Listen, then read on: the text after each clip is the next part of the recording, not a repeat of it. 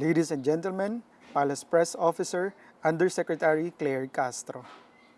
Magandang araw, Malacanang Press Corps. Sa gitna ng kasalukuyang sitwasyon sa Senado, minabuti ni Pangulong Ferdinand R. Marcos Jr. na maglabas ng Proclamation No. 1318 na nananawagan sa Kongreso na magkaroon ng special session bukas, June 17. Walang ibang hangad ang Pangulo kundi mapabuti ang kapakanan ng taumbayan dahil layunin ng naturang proklamasyon na agad ng aksyonan ng Kongreso ang mga priority legislations katulad ng National Center for Geriatric Health, Amendments to the Government Assistance to Students and Teachers in Private Education, or GASTE Act, Assistance to Individuals in Crisis Situations, or AICS, Amendments to the Universal Access to Quality Tertiary Education Act, Last Mile and Geography Isolated and Disadvantaged and Conflict-Affected Areas School Act, Amendments to the Masustansyang Pagkain para sa Batang Pilipino Act, Anti-Political Dynasty Law, Presidential Merit Scholarship Program, at iba pang mga hakbang na naglalayong palakasin ang social protection at iangat ang pamumuhay ng taumbayan. Maliban dito, masisimulan na rin ng Commission on Appointments na aksyonan ang pending appointments ng ilang posisyon sa gabinete, military at foreign services. Sa gitna ng mga hamon sa loob at labas ng bansa na sumusubok sa katatagan ng taumbayan, hindi ito ang tamang panahon upang magkawatak-watak ang puwersa ng Kongreso na dapat sana ay magsisilbing lakas ng sambayanang Pilipino sa mga ganitong pagkakataon. Naniniwala din ang Pangulo na taumbayan ang dapat na sentro ng paninilbihan ng mga lingkod bayan, hindi ang kapangyarihan ng mga politikong ganid sa posisyon na sunod-sunuran sa kapangyarihan. Mainit na tinanggap ni Pangulong Ferdinand R. Marcos Jr. si German President Frank-Walter Steinmeier sa kanyang pagbisita sa Pilipinas ngayong araw. Ang unang pagbisita ng German President sa nakalipas na mahigit 60 taon. Ayon kay Pangulong Marcos Jr., indikasyon ng pagbisita ng German President sa commitment ng kanilang bansa na panatilihin ang momentum sa high-level exchanges sa pagitan ng Pilipinas at Germany. Binigyan diin din ng Pangulo sa kanyang mensahe na mas lalo pang titibay ang ugnayan ng Pilipinas at Germany sa bilateral at multilateral fields. Napag-usapan naman sa bilateral meeting ng dalawang leader ang iba't ibang usapin kabilang na ang peace and development, defense, maritime cooperation, economic cooperation, climate change, renewable energy at labor. Partikular na pag-usapan ang tungkol sa pagsulong ng Pilipinas bilang pangunahing investment destination ng mga lumalagong German companies sa bansa. Pagpapanatili ng defense cooperation lalong-lalo na sa paglagda ng Defense Cooperation Arrangement at ang pag-alalay ng ilang German companies sa modernization ng Philippine Coast Guard. Mapanatili ang matibay na suporta ng Germany sa mga karapatan ng Pilipinas sa ilalim ng UNCLOS at Arbitral Award. Pagsuporta ng Germany sa chairmanship ng Pilipinas sa ASEAN. Masiguro ang kapakanan ng mahigit 45,000 ng mga overseas Filipino workers sa Germany. Patuloy na pagsuporta ng Germany sa TechVoc projects ng Pilipinas. At patuloy sa paghikayat sa climate cooperation sa ilalim ng GIZ initiatives. Maaari na po akong tumanggap ng inyong mga katanungan. Unang tanong mula kay Maricel Halili ng TV5. What was the reaction of the President when he learned that China imposed sanctions against Secretary Guo? How will this affect our relationship with China? Nagsalita na po ang DFA patungkol dyan. Ang China ay may sariling batas, may sarili silang polisiya. Gayon din naman po ang Pilipinas. Si Secretary Guo bilang Defense Secretary ay gumaganap lang sa kanyang tungkulin, sa kanyang mandato na naaayon sa batas, naaayon sa konstitusyon at naaayon sa polisiya ng administrasyon. Sunod na tanong mula kay Ann Soberano ng Bombo Radio. Ano po ang reaksyon ng palasyo sa pahayag na mismong si Vice President Sara Duterte ang posibleng tumayong testigo sa kanyang impeachment trial? Nararapat lamang po dahil kung siya po ang siyang inuusig sa mga ganitong klaseng impeachment trial, Nararapat lang na siya po ang magsalita at magpaliwanag at siya mismo ang makapagbibigay ng kanyang tamang tugon para maipaliwanag niya at malinis niya ang kanyang pangalan. Sunod na tanong mula kay Rafi Ayeng ng Daily Tribune. On the possibility na hindi matuloy ang impeachment ni VP Sara dahil siyam sa mga senador ang may kaso hinggil sa flood control scam. Kung makakasuhan lahat at maaaresto, 15 na lang ang matitira. Ano po ang reaksyon ng Malacanang dito? Siguro hindi lamang po reaksyon ng Malacanang ang dapat nating alamin, kundi reaksyon ng taong bayan. Sa ngayon po ay hindi po siguro natin to dapat na problemahin dahil meron pa pong 22 senators na active at nandiyan at umaaten naman sa kanilang mga sesyon. Sana lahat sila ay umaten sa mga tamang mga pagkakataon at sa tamang oras.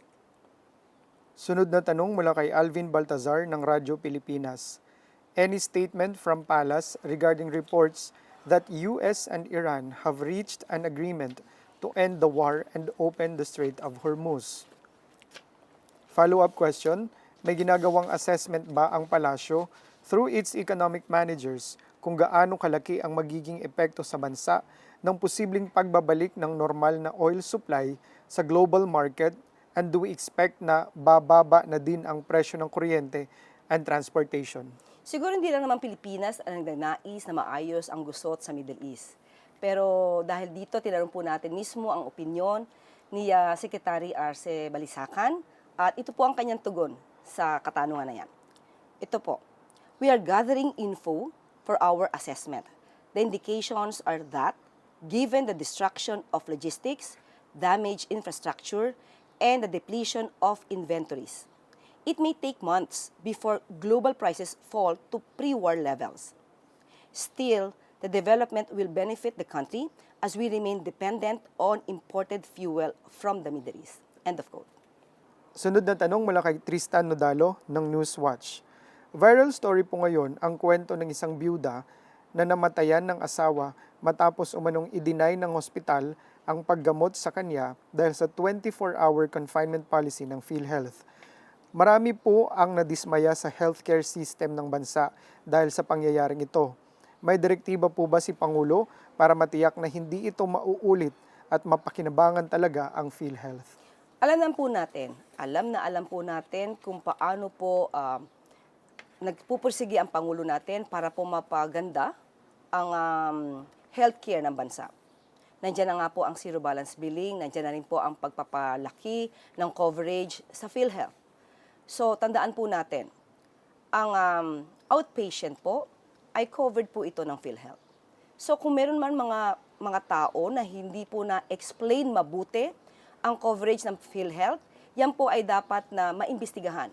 Hindi po nais ng Pangulo na dapat na mga kababayan natin ay nabibigyan po ng ayuda pagdating po sa kalusugan nila, pero hindi na ibibigay dahil sa maling pag-i-implement. Hindi po yan nais ng Pangulo. So sa ganitong pagkakataon po, talaga pong dapat paimbestigahan. At tayo rin po ay nagsasabi na rin sa lahat ng mga taga-PhilHealth, kung sino man yung mga PhilHealth staff or assigned sa mga hospitals or sino man ang nagpo-process ng mga benepisyo ng mga kababayan natin. Sana po ay maging aware kayo sa lahat ng mga coverage para po maibigay niyo po yung tamang information sa ating mga kababayan. Dahil kung mali po ang maibibigay niyong impormasyon, maaari po ito makaapekto at makadanyo sa ating mga kababayan. So, titingnan po natin, hindi pa po natin alam kung sino ang may pagkakamali dito, pero ipinag-uutos po ang tamang at masusik na pag-iimbestiga dito.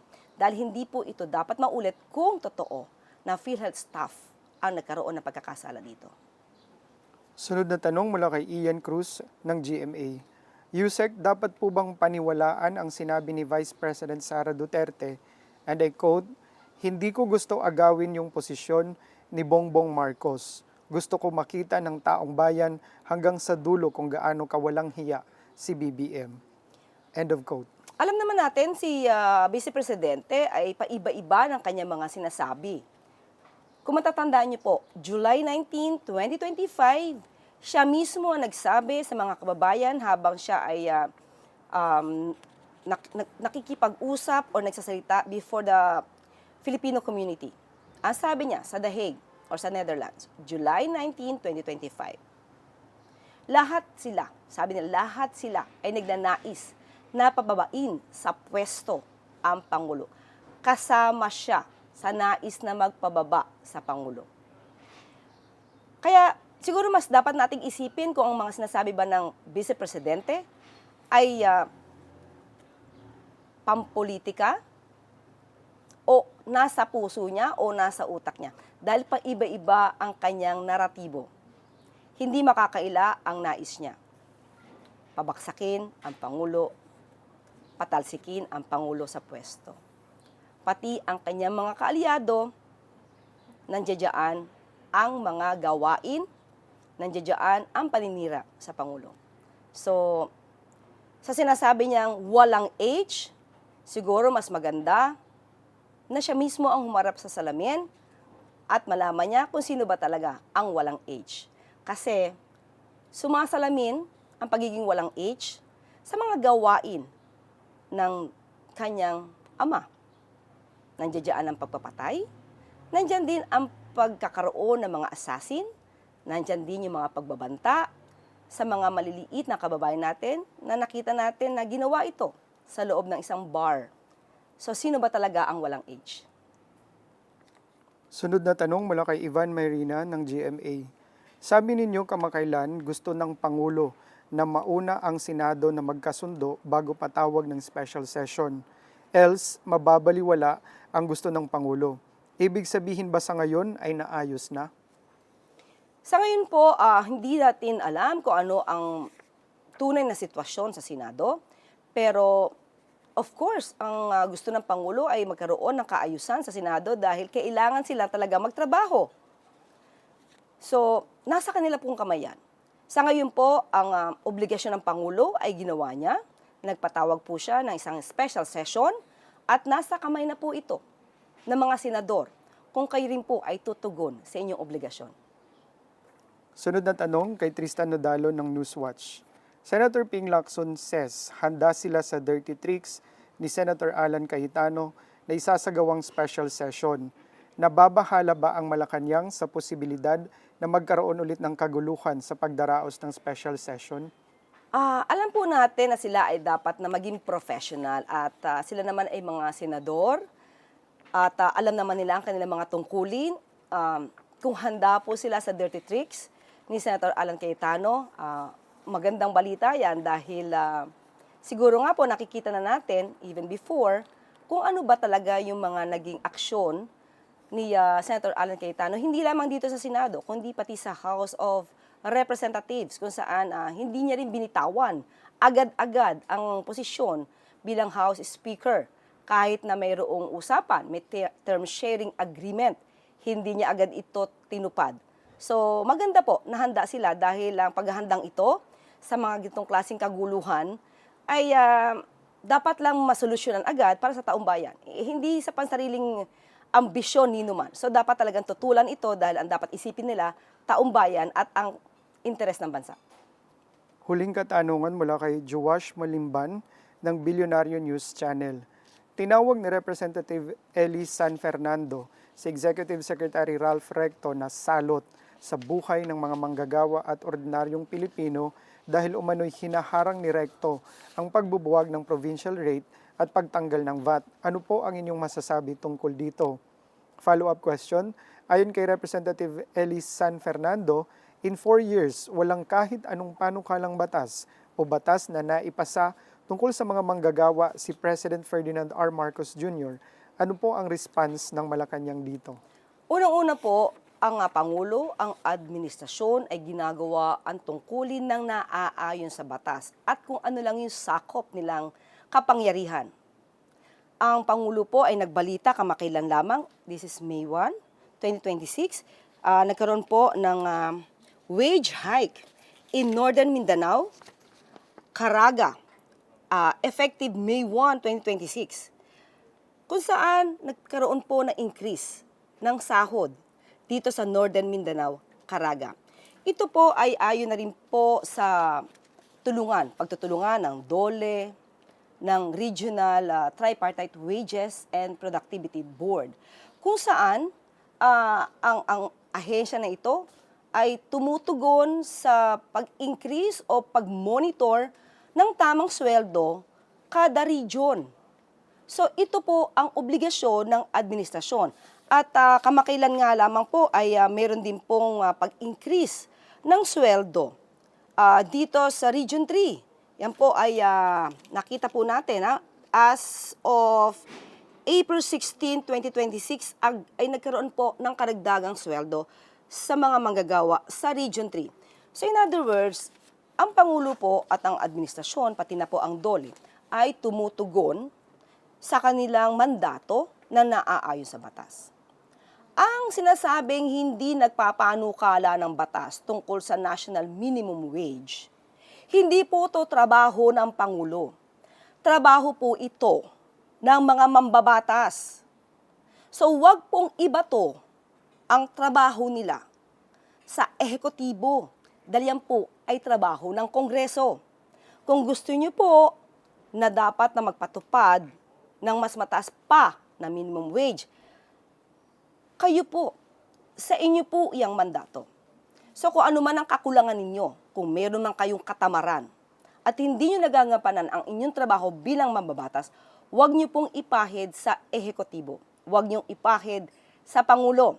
Dahil ang Pangulo ay tumutupad at gumagampan sa kanyang obligasyon ng naaayon sa batas. Sa inyo pong obligasyon yan. Kayo po ang magbalangkas ng batas, kayo po ang makipagdebate, at kayo po ang magbigay ng bill para maipasa ang isang batas. At patungkol naman sa pagsasabi na salot, pati po yung VAT, wala po sa kamay na Executive Secretary ang pagtanggal ng VAT. Economic managers, of course, absolutely, pwede silang magbigay ng opinyon. Yan ang kanilang trabaho. So dapat siguro malaman natin, ano ba ang tulong ng VAT sa bansa? Saan ba ito nagagamit?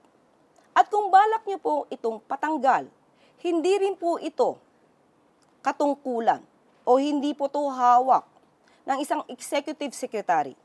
Ito po ay hawak din at nasa kamay ng Kongreso. Trabaho niyo po yan. Yan na po ang huling katanungan. Balik sa iyo, UC Claire. Maraming salamat. Walang oras na sinasayang si Pangulong Ferdinand R. Marcos Jr. upang magpaabot ng iba't ibang tulong sa mga residenteng niyanig ng lindol sa Mindanao. Noong Lunes, personal na binisita ni Pangulong Marcos Jr. ang mga biktima ng lindol sa Sarangani Province at General Santos City kung saan namahagi siya ng aabot sa 278 million pesos cash assistance sa mga lokal na pamahalaan na lubhang tinamaan ng pagyanig. Ang Sarangani Province at General Santos City ay makakatanggap ng tig 50 million pesos. Tig 30 million pesos naman ang South Cotabato at Sultan Kudarat, habang tig 20 million pesos ang Davao Occidental at Glan Sarangani, at 15 million ang lokal na pamahalaan ng Zamboanga City. Makakatanggap din ng tig 3 million hanggang 10 million pesos ang 12 iba pang apektadong LGUs. Naglaan din ng 50 million pesos ang pamahalaan sa ilalim ng Local Government Support Fund para sa mga pagsasaayos ng mga buildings at hospital sa bayan ng Alabel at Glan. Ang Department of Human Settlements and Urban Development sa pangunguna ni Secretary Jose Ramon Aliling ay mamamahagi ng 30,000 cash assistance sa mga pamilyang nasiraan ng bahay. Samantalang ang Department of Education sa pamumuno ni Secretary Sani Angara ay naglabas ng 21.93 million pesos para sa clean-up at pagsasaayos ng mga sirang classrooms sa Mindanao. Binigyan din ni Pangulong Marcos Jr. na ang iba't ibang ahensya ng pamahalaan ay nakahandang magbigay ng iba't ibang uri ng tulong sa mga apektadong pamayanan. Si DSWD Secretary Rex Gatchalian ay naglaan ng sapat na food packs at iba pang relief goods sa mga apektadong lugar, lalo na ang iba pang isolated areas katuwang ang Philippine Navy at Philippine Air Force. Sa utos ng Pangulo, nabuksan na ng DPWH sa pangunguna ni Secretary Vince Dizon ang Sapu-Masla Bridge sa Malapatan, Sarangani at iba pang bahagi ng Sarangani Davao del Sur Coastal Road sa Glan, Sarangani. Ligtas na ring nakabalik ang mga pasyente at balik normal na ang operasyon ng Sarangani Provincial Hospital at Dr. George P. Royeca Hospital sa General Santos City matapos ang isinagawang rehabilitasyon ng DPWH. Ang Department of Health sa pangunguna ni Secretary Ted Herbosa, nagpadala na rin sa Sarangani at General Santos City ng mga hygiene kits, gamot, vitamins, at iba pang medical supplies. Dumating na rin ang Philippine Emergency Medical Assistance Team ng DOH Cotabato Region Medical Center upang magbigay ng karagdagang tulong medikal. Patuloy din ang DOE sa pangunguna ni Secretary Sharon Garin at ng National Electrification Administration sa pangunguna ni Administrator Antonio Mariano Almeda at mga kooperatiba sa pag-aayos ng kuryente sa Sarangani at General Santos City. Sa ngayon, lahat ng apektadong ospital ay may kuryente na. Ang DICT sa pangunguna ni Secretary Henry Aguda ay nagpadala na rin ng 19 Starlink kits sa Sarangani at General Santos City upang siguraduhin ang maayos na linya ng komunikasyon para sa emergency response. Sa gitna nito, nakiusap si Pangulong Marcos Jr. sa lahat ng mga residente na manatiling handa sa mga aftershocks at agad na sumunod sa abiso ng lokal na pamahalaan. Sinisiguro din ng Pangulo na hindi titigil ang pamahalaan sa pagpapaabot ng tulong hanggang sa muling makabangon ang lahat ng mga naapektuhan ng lindol. Alinsunod sa utos ni Pangulong Ferdinand R. Marcos Jr., naglabas ang Department of Budget and Management ng initial amount na 362 million pesos bilang suporta sa rehabilitation at reconstruction ng mga nasirang facilities sa Sarangani, General City at South Cotabato. Binigyan diin ni DBM Acting Secretary Kim Robert De Leon na kinuha ang pondo mula sa Local Government Support Fund na direktang ida-download sa mga apektadong local government units upang mapabilis ang recovery efforts at muling maibalik ang mga infrastruktura sa mga lugar na lubhang tinamaan ng lindol. Ang nasabing halaga ay bahagi ng malawakang Disaster Response and Recovery Financing Strategy ng pamahalaan. Bago nito, nauna nang nagpalabas ang DBM ng 100 million pesos sa General Santos City noong June 9 para sa repair at rehabilitation ng multipurpose building sa Barangay Dadyangas East. Aabot naman sa 140 million pesos ang inirelease ng DBM sa Sarangani Province noong June 15 para sa pagsasaayos ng mga nasirang gusali doon. Kabilang din dito ang pag-ayos ng mga kalsada at ang pagtayo ng tulay sa alabel at rehabilitasyon ng ospital sa municipality ng Glan. Nagpalabas din ang DBM ng 122 million pesos sa South Cotabato bilang suporta sa nasirang kalsada na nagduduktong sa Barangay Akmonan at Barangay Kablon sa bayan ng Tupi. At bago po tayo magtapos, nakatakdang magtungo sa Kazan sa Russia bukas, June 17, si Pangulong Ferdinand R. Marcos Jr. para sa ASEAN-Russia Commemorative Summit. Inaasahang mapapakinabangan ng taong bayan ang presensya ni Pangulong Marcos Jr. sa Russia, partikular na sa usapin ng climate change, health, counter-terrorism, at transnational crime. Mahalaga rin ang partisipasyon ng Pangulo sa ASEAN-Russia Commemorative Summit upang mas lalo pang mapalawak ang ugnayan ng turismo sa pagitan ng Pilipinas at Russia. Bukod rito, mahalaga rin ang papel na gagampanan ni Pangulong Marcos Jr. sa paggunita ng ASEAN-Russia Commemorative Summit bilang host country ang Pilipinas sa ASEAN Summit ngayong taon. At lagi po natin tandaan, ang bagong Pilipino ay marunong tumanggap ng pagkatalo. May pusong nakasentro sa bayan at sa taong bayan. At dito po nagtatapos ang ating press briefing. Magandang araw para sa bagong Pilipinas.